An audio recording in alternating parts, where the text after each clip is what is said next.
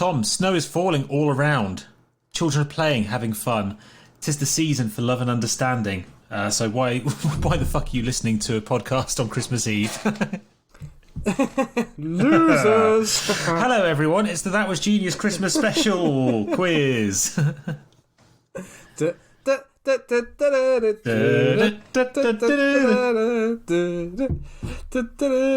if we're going to give a theme tune to this episode, Tom, I'd suggest that people are probably listening because they've had enough of their families and they need a big break. Hey! Go on. It's only a podcast. Better believe I'm right. I'm right. Unless you've given wrong answers tonight. In which case we're going to send round John Virgo with his pool cue. He is going to punish you. I hope you don't like your car. Big break. It's when we were going to go. What have you been up to this Christmas Eve, Tom? He says, recording on the 17th of December. I'm currently drinking a chocolate milk stout from Poland. Are you? With a pair of scissors on the label. Oh. Riddle Is me that because it cuts right through to the flavour? Yeah, possibly. A chocolate milkshake stout? Or makes your hair fall out. Well, I don't know. yes. I'm not sure. It is quite nice, actually. I'll be honest. Yeah, I bet it is. I bet it tastes very little like beer. Yeah. And quite a lot like Yazoo. Chocolate. It's just a white Russian. Azoo, did you say? Oh, Yazoo. Yazoo. Yeah. No, if you want something that tastes like a zoo, then get a pint of Guinness.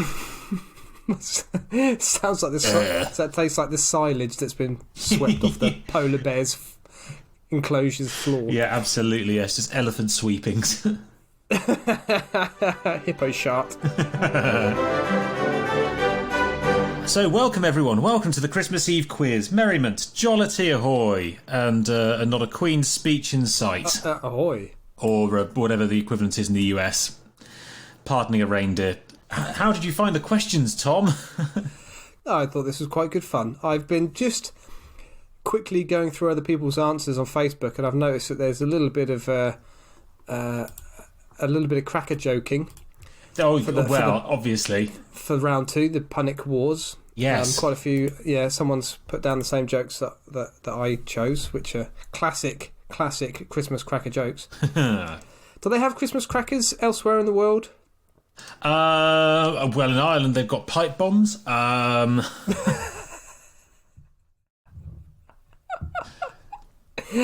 I mean, that would have been a good joke 20 years ago. It would have been. Hey. I don't know what they've got in America. Instead of Christmas crackers, they probably have fully automatic Christmas crackers. 30 puns a minute. 30 puns a second if you get the special bump stock that just really fires out the jokes and the tiny sets of screwdrivers. And despite that, they can't produce any good comedians. It's weird, isn't it? That's not entirely. There's a couple of good American comedians. Yeah, but I think if you, based upon the population... Well, yes. They're not doing very well. It's the same with sitcoms. Well, no, to be fair, America has produced some incredibly successful sitcoms. Whether you think they're funny or not is up for debate. Well, Mrs. Brown's Boys is very popular. Well, quite. I was going to use that as an example. It's bloody awful. Is it not? It's absolutely atrocious. You know what? Just to finish 2020 off in classic style, it's been announced that it's been extended until 2026. Oh, God, how many seasons of it is... To which Brendan What's-His-Face posted that he's thrilled to have lasted longer on TV than Morecambe and Wise. Oh, good Lord. Oh. Right, well, this is quite a lot. This is perfect Christmas bitterness, isn't this? Like two old men that we are, sat around the TV, whinging and drinking yammering. Milk stouts, saying things aren't as good as they used to be. Like the two old Muppets. Never beat Morecambe and Wise. What were the two old Muppets called? I can't remember. Tom and Sam. I thought you were say Thatcher and Reagan. Mm-hmm. I don't know. There's a history joke. That would have been topical 40 years ago. Right. Well, thank you everyone for sending in your answers. Tom and I have had a lovely time reading through them. The rules of the quiz are simple. There are 4 rounds. You've sent your answers in advance, although if you're listening to this, we will read out the questions first so you can answer them at home. If you're listening... Out loud. Out loud. It's to your cat. If you do want to write down some answers and send them in to us, then, we won't read them out in the Christmas episode because that would fuck with the time continuum. But we will enjoy them if you want to send them to us and post them on That Was Genius, a funny history podcast group on Facebook. So, still time to get involved. Have a laugh. Yep. So there's 4 rounds. Round 1 is theoretical history. What ifs? Round 2 is Punic Wars, your funniest history jokes. Round 3 is Are You a Genius? How well do you know us? Which is the only one that actually requires any kind of knowledge. And looks like the only one that people haven't answered. Yes, it's just very few people are listening to us. Well, we knew that. But those that do really do love us. They really do. Delightful. And round 4 is Build a Historical Friend, where you have to choose your favourite your favourite parts of various historical figures: the head, torso, arms, legs, and arse. The 5 important... I think it was Plato that highlighted that they were the 5 key parts of the body. Indeed Maybe it was. The pre-Socratics. I can't remember. Which is why I've got Plato's arse. Right, round 1, theoretical history. Question 1, Tom. Shag, marry or kill 3 famous Romans of your choice. Explain your answer. Do you want to go first with this one? I want to hear your thoughts on this. Oh, well, I actually thought I thought it was emperors. I didn't realise that it could be any famous Roman. That's fine. So I went for I'd murder Caracalla and with the killer umbrella, marry Magnus Maximus, the marvellous minx. Naughtiness with Claudius seems the most obvious, but think about Trajan's column and his saucy little winks. Very nice. Wow. I stumbled a bit on that. Shall I try again? No, leave it in its pure, unadulterated form. So that's what I thought. Good. Had I been given the opportunity to go with more famous Romans, not just emperors, I could have probably extended it. If you can rhyme this now, I will be impressed. I'm not that good at ad-libbing. In fact, I'm not good at ad-libbing anyway. So, no, I'm not even going to try. Especially when most Roman people's This is why I gave you names the questions in advance. end US. It's quite difficult to rhyme. It's not difficult to rhyme. They just rhyme with each other. I mean, half That's rhyme. not a very good rhyme. Spartacus Claudius. Maximus Decimus. Yeah, I'll take your point. That was very good, though. Who else have we got? Rulin McBride wrote in. She said shag Julius Caesar, who already got murdered, and he's been around enough that he's probably good in bed. So Rue, you're shagging the dead body of Julius Caesar. Let's just... It's a bit weird. It's a bit weird. Everyone has a thing, though. First a knife in the back, then... Anyway. So I think that's called rubbing yourself in the wound. I don't know. Yes. It was poor Julius Caesar pegging his corpse. Sorry, that's I think that was the name of his biography, wasn't it? Julius Caesar, and a picture of him looking pensive, pegging the corpse. The Christmas #1 at Waterstones. I thought you were gonna. I thought that was a song. Oh no! Oh wow, that'd be good.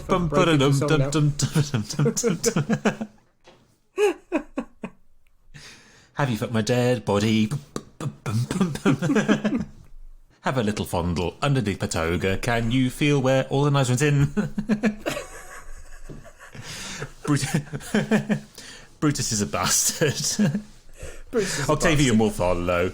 Now give me a tiny little rim. Any little hole is a goal. Beautiful. Rue also said, marry Hadrian Wall and kill Brutus. Et tu, Brute. That's not very bro code of you. It's not. That is not very cash money of you, Brutus. Who else gave us an answer to that one? Rhiannon Goodwin. Let's have a look. Load this one up. I reckon shag Mark Antony because he was apparently super fit. Cleopatra shagged him. That's true. Yeah, he was a bit of a goer. Cleopatra shagged everyone. She didn't shag me. Well, she left me on red and said she liked me as a friend. You could get in the friend zone with everyone, Sam. I know. Even Cleopatra, you got stuck in the friend zone with. Cleopatra coming at you as a friend. Rhiannon, yes, your friend BJ, Big Joe, is shagging Spartacus. I like the way he's had to clarify that with brackets. Yeah. Well, I'm assuming that's what Rhiannon's put him in her phone as. Ah, I see. So she's just clarified that. Yes. Just in case anyone gets on her phone. Yeah. I'm shagging Spartacus, obviously, then marrying Augustus, then killing Julius Caesar. Oh. I like the way shagging Spartacus is obvious. Wake up. Yeah, well, obviously. Which one, though? There's thousands of them. Well, they're famous. Unless that's the game. Identify Spartacus, get a shack. It's like Where's Wally, but with orgasms. I'm riddled. I know I'm riddled. Marrying Augustus, fair enough. Oh, very sensible. Yeah, killing Julius Caesar, just running with the crowd there, really, aren't you? Lacks imagination, frankly. Marry Crassus, good idea. He's wealthy. Yeah. Likes it down the throat as well. Gold, I mean. Likes gold down the throat. I've heard it, yeah. And kill Elagabalus. Because he was a knobhead. Yes, you did. You spoke about Elagabus one episode, didn't you? I did, what did he do? Did yeah. he dress people up as prostitutes? He was a practical joker who invented the whoopee cushion and used to hide tigers in people in his guests' cupboards. That's a joke. Oh, old Elagabus, eh? He was the guy. He was the original Roman emperor who had a very funny joke. Are you not laughing at my funny jokes? I wonder whether he did influence Monty Python. I wonder whether the story of Elagabalus influenced that scene from Life of Brian. Well, quite possibly. Question 2. As Napoleon, defeat Russia in 20 words or less. Shit, I forgot about the word count. I would get a time machine. I'd go back forward 129 years, and I would just observe Operation Barbarossa and then say, maybe we should equip our soldiers a bit better. And, isn't it difficult to keep morale high when your soldiers are marching hard every day and all they see is fields? Yes. And nothing changes. Oh, and there's more fields. Oh, this is the 10th day of marching hard and just seeing fields. And then when you finally reach a town, it's been burnt down. That must be quite depressing, mustn't it? Yeah, and then you have to do the whole thing going back again. I mean, yeah. I'll be honest, Tom. I just breed them out, play the long game, arrange some political marriages with some people who are a bit more francophile, and in 20 to 30 years, you're done. That's a bit. It's very dull, but it's practical. Way of doing it, isn't it? Well, absolutely, yes. It's time eugenics came back into fashion, I think. Absolutely, yeah, quite. Bring back the Habsburgs, that's what I say. Got a bad press. All 2 of them. Marissa said time travel to the 23rd century. Global warming equals hot Russia. But Russia's overly cold, isn't it? Surely global warming would do them a favour. Well, do you know what? Well, it has the potential to ruin all life on Earth, because if the Siberian tundra warms up and releases the enormous amounts of methane trapped underneath, it will cause runaway global warming and we'll all die. But that's a scorched earth policy, isn't it? That's quite festive, actually, with the amount of methane that's going to be shortly emitted. And the sprouts are bubbling. Yeah. Question 3, Tom. You travel back in time to the Middle Ages. How do you make a fortune without also being burnt at the stake? Invest in the faggot industry and then accuse everyone of being a witch. Right, okay, yes, you're going to insist on using that word. No, it's what it is. It's a faggot. A small bundle of sticks. Yes, yeah, you throw that. That's what creates the fire. Yes. Similarly, set up a leech farm and then spread disease. That's a good one. That is a good one. This is possibly my favourite, which was set up a stall selling price stickers at the Battle of Falkirk. All right, who do we have here? It's Sir Marmaduke Twang. What price would you like to put on his head? I think 10,000 Highland enemies. I see, because of all the ransomed nobles. Yeah, and Bartholomew de Enfield. How are you, Bartholomew? Long time no see. That's right, because it was famous, wasn't it, the Battle of Falkirk, for the number of very high-profile nobles that the Scottish court, English nobles. Well, I say English, don't think. Quite simply, I would invent the adult nappy. All that dysentery going around. That's very true. Very inefficient. I mean, the British at the Battle of Agincourt firing their crossbows with their pants around their ankles because they were shitting their guts out because they'd all tried to drink from a stream. Adult diaper, not an issue. Sorted. Not quite as intimidating, though, is it? No. Thousands of men with bows and arrows in nappies. I mean, the French are just going to be convinced that an army of Cupids is rolling over the hills. Yeah. Welsh Cupids. My Delilah. Oh, this is beautiful. If I get struck by an arrow, I will fall in love. With the man right next to me. Strike me! Please! I am so lonely. Lonely. So lonely. Someone said... Rue would burn everyone else first and then ransack their homes. Oh, yeah, she refers to a computer game, doesn't she? To Skyrim, yeah. I think, to be honest with you, she's just summed up the Middle Ages. Yes. She's playing the game, isn't she? She is indeed, yeah. I don't know how much money is worth when there's no one alive to spend with. Oh, who needs money if there's nobody else around? God. Very true. God, was that a Tom orgasm there? Oh, yeah, the thought of being alone, nobody else on the planet. Finally. Oh, well, apart from my immediate family, obviously. I don't mind them too much. Well, it's a shame that sentence got edited out.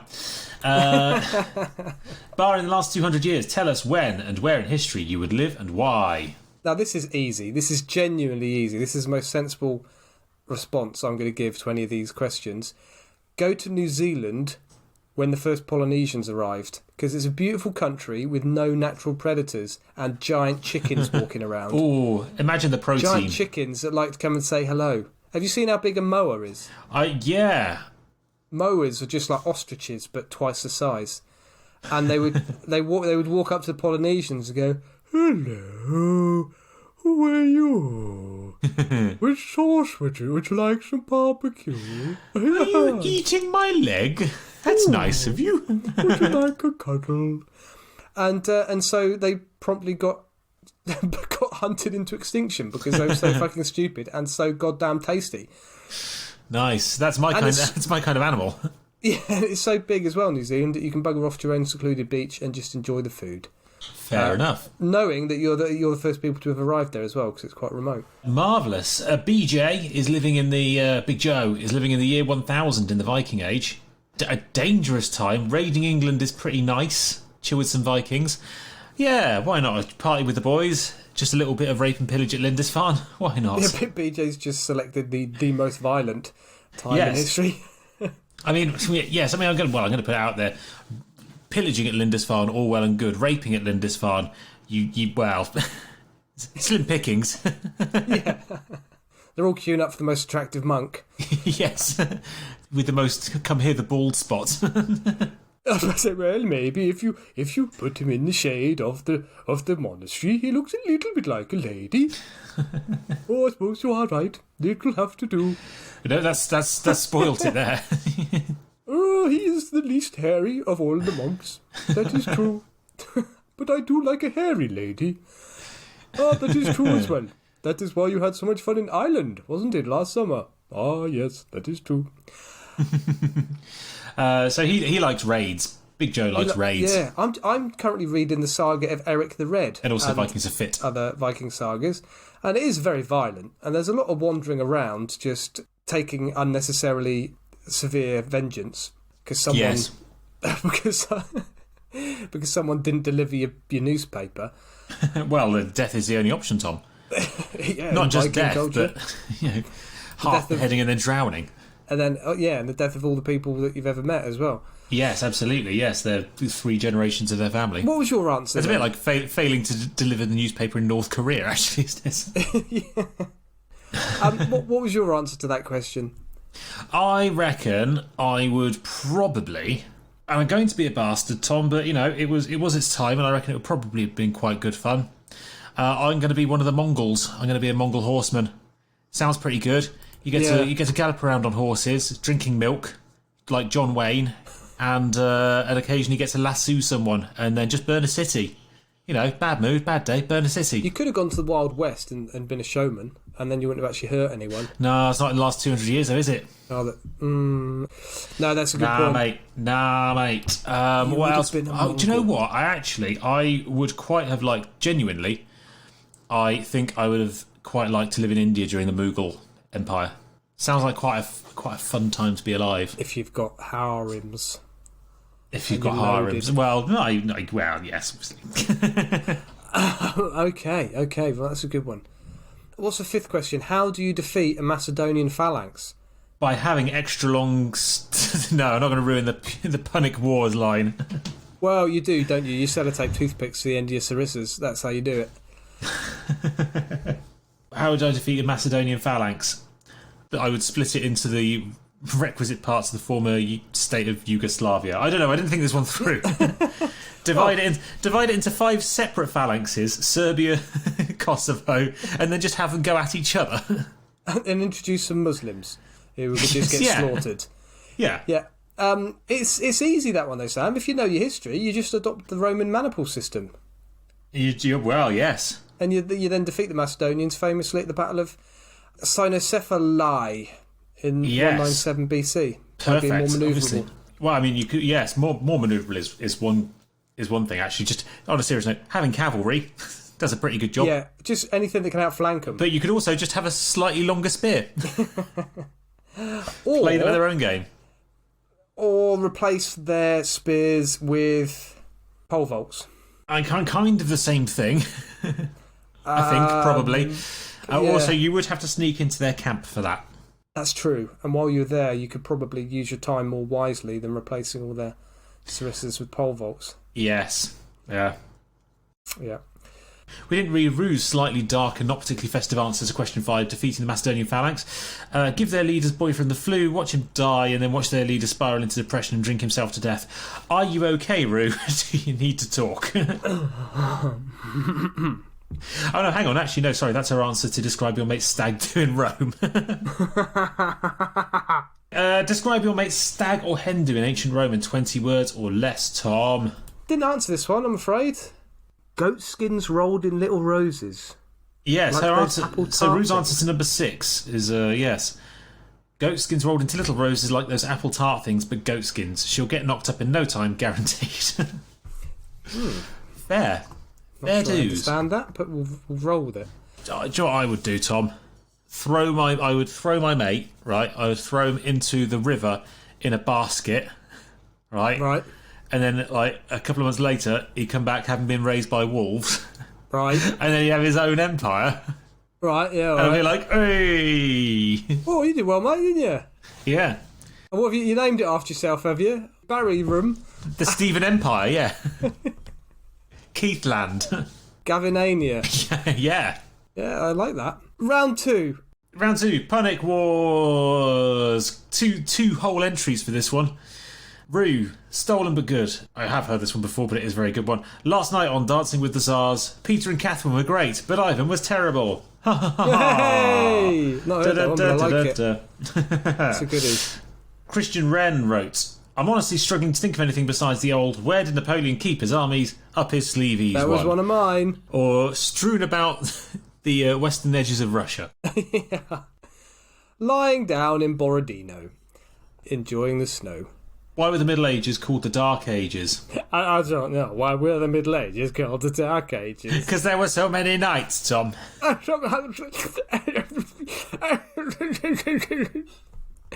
Who designed King Arthur's table? Who designed King Arthur's table? Why, it was circumference, wasn't it? Oh!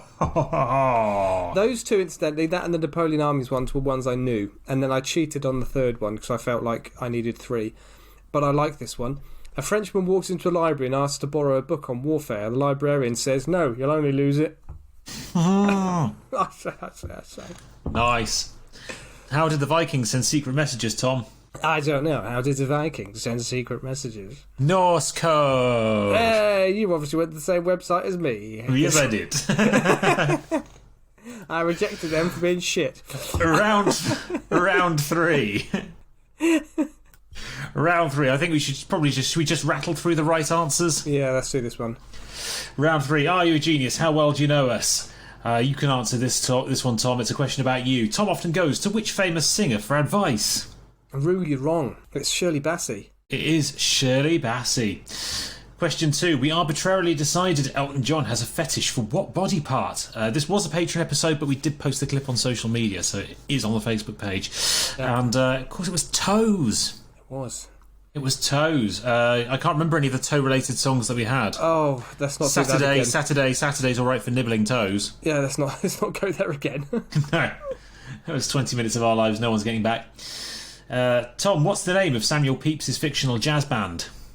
Oh, the Soily Fondue Quartet. Yeah, the Soily Fondue Jazz Quartet. Jazz Quartet, there you go. I'll see if you can remember this one, Tom. The French king called opening a box of old donuts sent from Mexico a what experience? Multisensory experience. Multisensory experience. I didn't realise you were going to ask me these questions. I like this. This is Oh, a test for me. I like quizzes. Go on, you can ask me the next one if you like. The Dutch ship Verguld Drake, or Gilt Dragon, was mistranslated by us with hilarious consequences. What name did we give it? This is why I let you read this one, because I couldn't possibly pronounce Virguldrake. Virguldrake. It was the Gooey Dragon. Oh no! Oh God, another village. Oh no!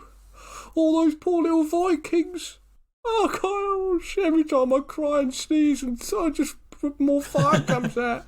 Oh, I feel awful. I mean, partly it's very painful having every bodily fluid that emanates from my body turning into a raging inferno, but it is mighty, mighty, mighty unfortunate for everyone around me. I had a cold the other day. It's like bloody Hiroshima. I've got to ask you this one, Tom, because we need the original and the best version of this. Any unknown song mentioned in historical sources is, by default, what classic game show theme tune? It's only a game show, better believe I'm right. I'm gonna be snookering you tonight. Every historical source.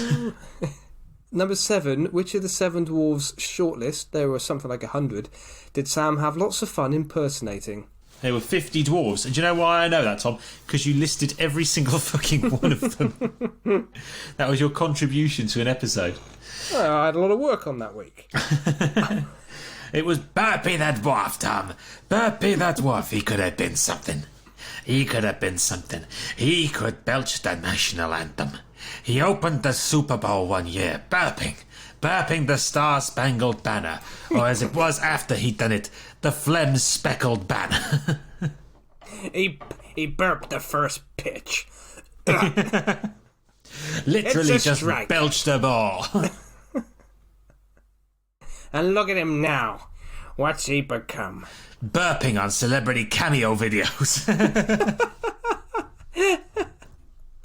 Belching happy birthday to nobodies. His only friend's O.J. Simpson. What's gone wrong? Oh, beautiful. I'm trying to think of a burping, if the glove fits, you must acquit joke. If back you reel, you must appeal. If it's got a horrible pong, the jury's wrong. Marvellous. Well, you can mark your own papers at home, kids. I hope you enjoyed that. If it comes out with drool, the judge will overrule. I burp at your face and I rest my case. If it shakes you to your core, the evidence is flawed.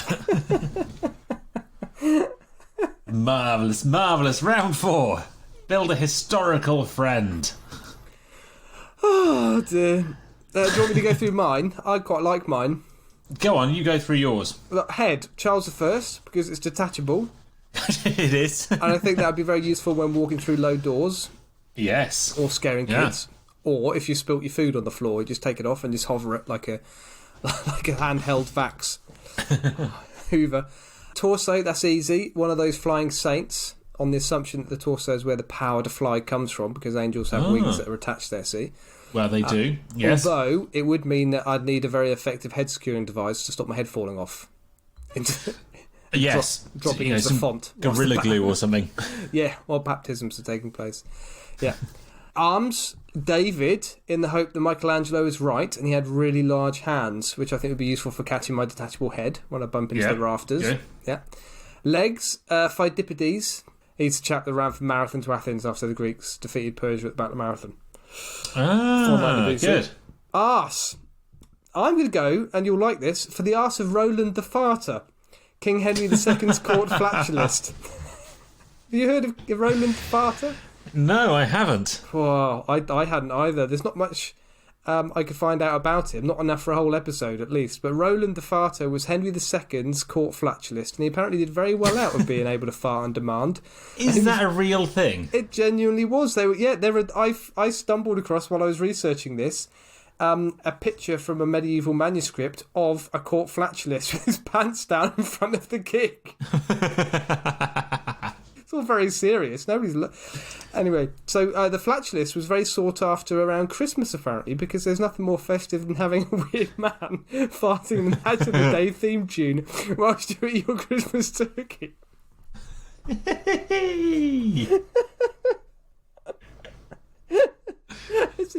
he looks over his shoulder and winks.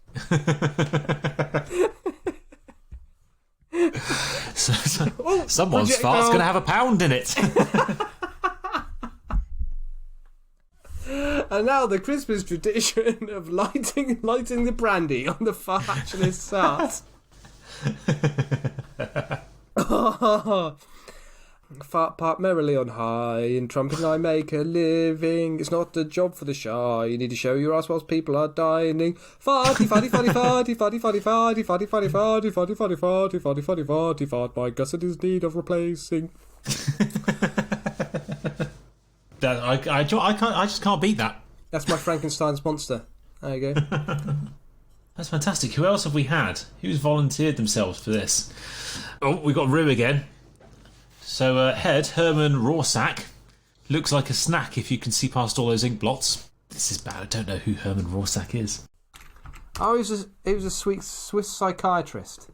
Oh, interesting. He looks. Well, I suppose the head, yeah, the workings of the mind. He's a dashing young man.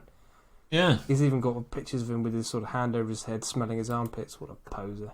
He was looking like a snack if you can see all the past, all those things. Oh, I see. So that's what she means in sort of street terminology. Yes. He was a good looker. He was fit. Yeah, fair enough. He was a looker. Got big wafty hair as well. It looks a bit like Brad Pitt, actually. Yeah, go on. Does he? Oh, no, Brad Pitt played him, I think. Oh, well, that's why he would look like Brad Pitt. Because it is Brad Pitt I'm looking at. Got you. Number 2, torso, Alexander the Great. He was probably buff. He was mostly drunk, actually. And he had a weird look in his eye, didn't he? He had like some strange. He did, yeah. Arms, Leo Major. Good shout out to our pilot episode. If he can tote around 2 machine guns, I want to see his guns. Nice. She has no answer for legs. All legs are good. And 5, the arse of Hephaestus, because that arse is fire. That's a good. Hephaestus is a good answer, actually. I like that. Hephaestus arse, because that arse is fire. Got you. Yes, yeah. I haven't given this much thought, Tom, I'm going to be honest. Head, Joseph Merrick, because I'm probably going to make a balls up of this anyway. I'm not particularly crafty or creative person, so by the end of it, it's going to look butchered anyway. Sorry, Joseph, that's a bit unfair, but yeah, there we go. I can't actually. I forgot to research this one. I don't have a good answer. Torso. Who's got nice lats from history? Who's got the nicest lats in history, Sam? Actually, do you know what? Torso. I'm going to say Icarus. Icarus, because he had the yeah. Yeah, flare those wings. See what you're doing there? Yes. Arms. Who's got the best guns? I'm going to go with 1980s and 90s TV presenter Jeremy Beadle. Because having one tiny arm, he can get into vending machines when things get stuck. Which leads me on to my legs. Legs of a horse that can kick said vending machine. Yeah. Legs, I'm going to go with famous racehorse Red Rum. Yeah, okay, yeah. We're starting to get a bit speedy, a bit centaurish here. Yeah, a bit nymphy, bit satyr-like. Ooh, who am I going to go for arse? Who's got the nicest arse in history? The nicest arse in history. Charles de Gaulle. I think he had a good bum, didn't he? I'm going to go with the statue of the Venus. I mean, it's an odd-looking animal, but who? Sorry, what? The Venus, the Venus de Milo. I'm going to put my arse in it. Fuck it. Who's your arse? I'm going to personalise it. I'm going to make this character mine. It's going to have my arse. Poor thing. Oh, that's what I was going to say. I was going to say the Frankish king Charles the Pert. Oh, is that an actual name? No, it was a joke. Right, good. Just checking. Worth waiting for? Well, the wait will be significantly less once I edit it, so yes. You'd have to go for. You'd probably want to go for Dorothy the Saggy, though, wouldn't you? Because they were often ironic, as we know. So if you went for Dorothy the Saggy, what, your medieval king nickname? Yeah. Yeah, well, she was probably the one with the pert bum. Yes. Yeah. Dorothy the Saggy. Should we wrap this up? Yeah, let's wrap it up. Well, everyone, happy Christmas. We'll be back in a week or two with our episode on military inventions. It's a public episode, so do check that out. I hope that we've, not disappointed you too much. We got that little tingle of excitement, that little buzz of endorphins as you saw. That was Genius has uploaded a new episode in your podcast app of choice. On Christmas Eve. And it was this carnage. But yes, have a wonderful Christmas and a happy New Year. I hope that 2021 brings you significantly more joy than 2020. Even if you've had a good 2020, I hope it brings you significantly more joy. We'll be back very soon with tales of presumably historical woe to make you feel better about whatever's happening to you now. Yeah, damn right. Merry Christmas and a Happy New Year, everybody, and peace to all men and women. Yes, and non-binaries, anyone in between as well. You can be peaceful, yeah. You know, I hope this is your year. Be you. Be you. Be whoever you want to be. Apart from Hitler, don't be Hitler. Right, happy Christmas, everyone. Bye. Bye.